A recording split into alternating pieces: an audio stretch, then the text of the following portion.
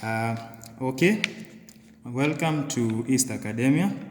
My name is Emmanuel Ambua and my colleague's name is Brian Modena. So in this video, we're going to look at the determination of the mode of operation for a buck converter with an RLE load. We know that there are three modes of operation. That is the CCCM, DCCM, and we can have the operation whereby we're operating at the boundary of CCCM and the DCCM. In this video, we're going to look at the third method of determining the method of operation, which is using the extinction time, Tx.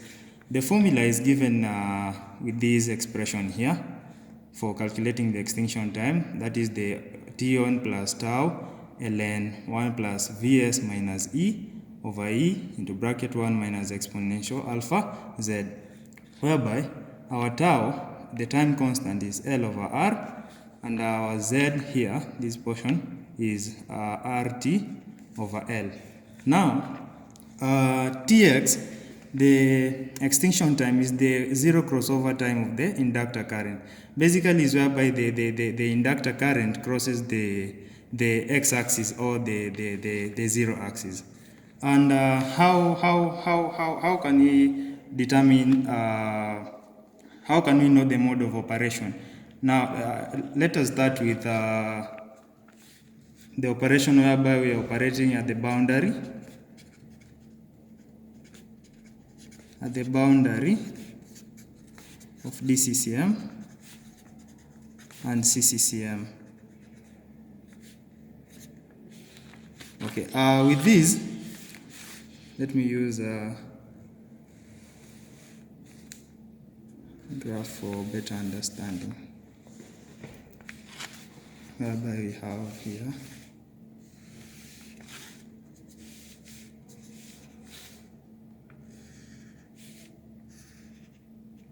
okay, you'll find for this the operation between the DCCM and the CCCM, it looks like this. We find the inductor current begins charging at this point here. It charges until this one.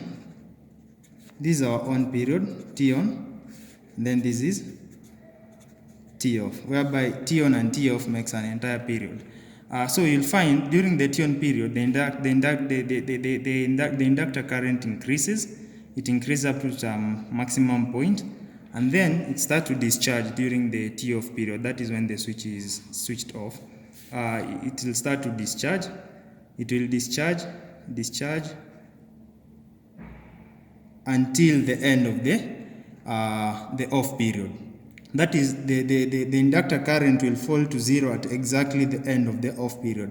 And that's why we are saying this mode of operation is referred to as the operation between the boundary of CCCM and DCCM. This method, this operation is also referred to as the critical conduction mode. That is the CRM. It's also refers to as the transition mode. Now let us go to how can we then determine the DCCM operation. For DCCM operation, you'll find we'll have our inductor current beginning from the point below the 0 point here. It will begin at this point here, and then the inductor current will increase during the on period, say to that point where it will reach the maximum point, and again it will during the off period the inductor current discharges.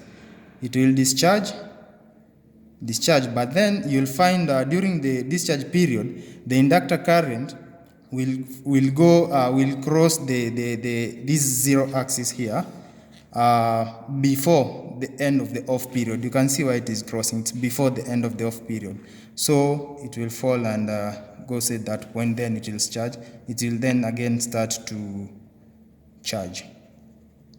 Okay, that is for DCCM. Now let's look for CCCM. That is the continuous current conduction mode. For CCCM, the inductor current will begin, say, at this point here. It will be a point above the 0 mark, say this point during the on period, and then it will charge during the on period to a maximum point, after which it will start discharging. It will discharge, but then for this we see that it won't discharge it won't cross these axes here, because we can see from this point here, white not for the start of the second period. That is, you can see at this point here, it's another cycle of T-on cycle. It's another period for T-on. So white not for this, you'll see the inductor will still continue to discharge. So for CCCM operation, the inductor current never crosses these the zero axis. And yes, from that we can just have a small summary of how now we can determine how we will know by calculating Tx, how will you be able to know you're operating on which mode. So in order for you to know whether you're operating in CCCM, DCCM, or the critical, the transition mode, here for DCCM, we'll have Tx being the value of Tx, this calculated value of Tx that you'll find here will always be less than the period, because you can see from this reddish curve here, you'll see that the Tx, that is the sum of these from here to here, that will represent the Tx, that is the extinction time, and you see it is less than the period. So for DCCM, Tx will always be less than T. For CCCM, Tx will be greater than T. And we have seen from this one here. And we see that white note for the second cycle here, the inductor current will still be, that is, the inductor will still be discharging. So you see it will still be discharging, say, to that point. And you see for this, for CCCM, Tx, that is the extinction time, will always be greater than T. What about for the transition mode? For the transition mode, Tx will be exactly equal to the period, because you've seen for transition mode, the inductor current, that is, the inductor will discharge to exactly when that is at the end of the off period. And you can see by this black curve here, the dark curve, you see it's actually at the end, exactly at the end of the off period. So the Tx, that is the extinction time, is it will actually be the sum of the T on and T off, which is basically the period. And from that, you'll be able to know that you're operating at the transition mode. So thank you. Kindly remember to subscribe, share, and also click on the bell icon for more notification. And stay locally updated for our next uploads of the same. Thank you.